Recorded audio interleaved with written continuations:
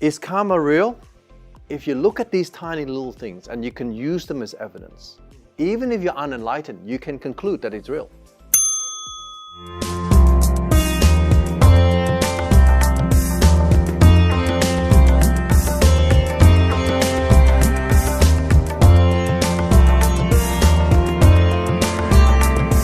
Is karma real?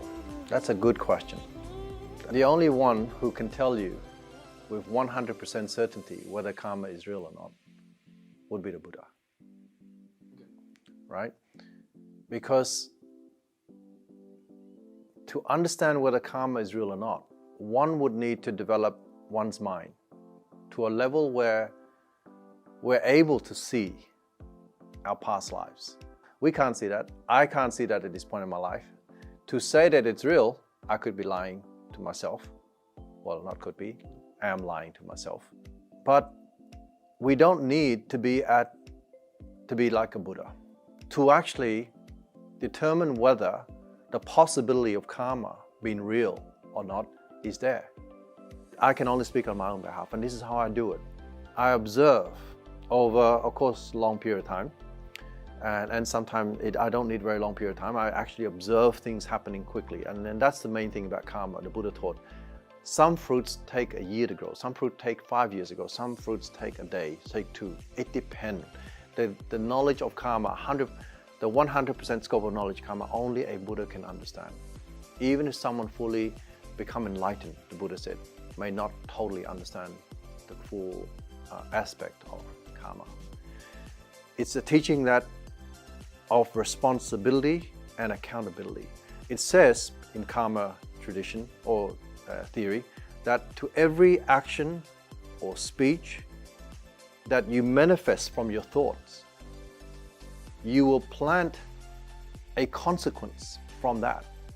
And that consequence may grow fruits that are either useful, fruitful to you, or fruits that are poisonous to you. In the sense that if it's useful, it will benefit your life. If it's poisonous, it will hurt you in some way. And the thing with karma is this: no one else will be eating that fruit or poisonous fruit except you. You are the owner. You are the heir to it. So what we need to understand is very simple. We use this idea of if you do something bad, whether it's action or speech, or you think about something bad, the thinking part produces less effect.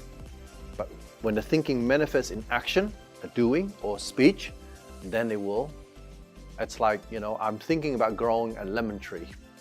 It's very different to I'm actually going to walk and take lemon seed, put it into soil, put water, make it grow. And sometimes I just bury the seed in the soil without doing anything.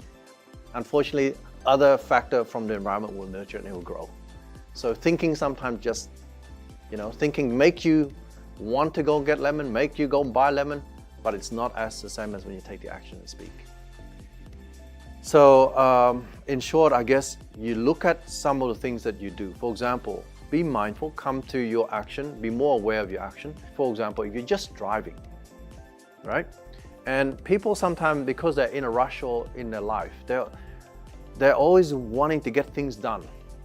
So when they get into the car and drive somewhere, they're always wanting to get there faster and so forth. And so if somebody cut in front of you, immediately you get annoyed. So at that moment, what you need to do is, sometimes it's too late to observe your mind that you're annoyed because your reaction from your emotion. This mind's been trained so long to actually react to aversion or to the selfish nature that we wanted our ways. So the reflex is very quick. So it's gone already. But what we can do is train our mind to observe what we just did. So the reflex that arises from our aversion, the things that we hate or the things that we like, or our selfishness, our tendency to get what we want, greed, it doesn't allow us to see that ugliness. We just focus on what we want. So we're not looking at what our mind's doing. So when our mind is in that greed or aversion, when we beep really hard or we say something to that driver, even though they can't hear it, if you watch your mind, how that mind that is in that state of aversion, is the state that it's in actually hurts our body. You watch it, your breath goes up and down. You're not breathing normally anymore. You're actually in a state of anxiety, you don't feel comfortable. That's the fruit you get straight away. From that own experience, you can say that karma is real, because the consequence you get there. But that's not the full impact of the fruit you grew, right? It can have, some of the bad fruits can grow in this life, and it often does, and it can actually go to next lives. Forget next life for a moment. That's even a harder question for you to even imagine. But if you can believe, if you can start now to observe, all right, if karma says that something else will grow from this bad action, if I'm just swearing at the next driver or beeping with anger with a mind full of ill will, that means there's something else that could happen to me. What else could happen? And this is what I've been observing in the last 3 or 4 years, when I start, maybe even more now, 5 years ago, when I observe karma. What I noticed when I start reacting, and then as I drive in the next 6 months, I realize that other people also beep at me. I walk into shopping centers or some other places, people get annoyed by me, by what I do. They never realized earlier, right? So could that be the fruits of the karma that resulted from my short temper, my selfishness, my ill will at that moment of beeping? And then I studied, okay, I managed to see my mind, and the moment people do that to me in a car in the future, I'd reduced it. And over the next 6 months or a year or so, I realized that most of the time in most places, I don't have many people who have ill will with me. Okay? And this is what I also went further to do. I realized that the teaching to undo this aversion that we have, the reflex of anger and ill will, cannot be calmed by the continual process of getting angry and then calm down. It can only be calmed by the opposite, which is kindness and love. Right? So sometimes when we drive and someone cuts in front of us, our first reaction is because I will need to go somewhere, I need to do something fast, and you just blocked me. But train your mind. Maybe that person in front of you actually has something more urgent than you to get to. So this is now coming into kindness.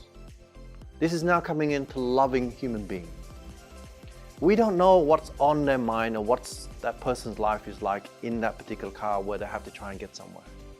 We're just so focused on getting what we want to get. Again, the selfishness. So when we train our mind to exude loving and kindness, we become more patient. We become more equanimous. Our mind, instead of rocking up and down like the water waves during a storm, it becomes more still, like a beautiful sunny day where there's no cloud, there's no wind, and you look at the ocean, it's just beautiful, and the water's calm and the water's clear. You ever notice during a storm, when the wave is up and down like this, the water's frothing, the water's murky and dirty, and you really can't see into the ocean? So when we train ourselves to calm down, the impact, our existence in the world become also very harmonious to everybody. Our facial expressions start changing as well, but we don't know it, because the only face that you never ever see with your own eyes is your face. So is karma real? If you look at these tiny little things and you can use them as evidence, even if you're unenlightened, you can conclude that it's real. But I don't want you to believe me by saying, karma is 100% real, because that is hard for you to believe me, for the same reason as imagine you never came across an apple before. You never eaten an apple before. For whatever reason, your country never had apple tree. Then you come to me and then you see me holding a fruit. I call it an apple. You don't know what it's called. And then I eat it, and then you look at me and you go, oh, that looks really good. What does that taste like? I can continue describing the taste of the apple all I like, and you will never know its taste. So to tell you that this taste is like this, you will never believe me.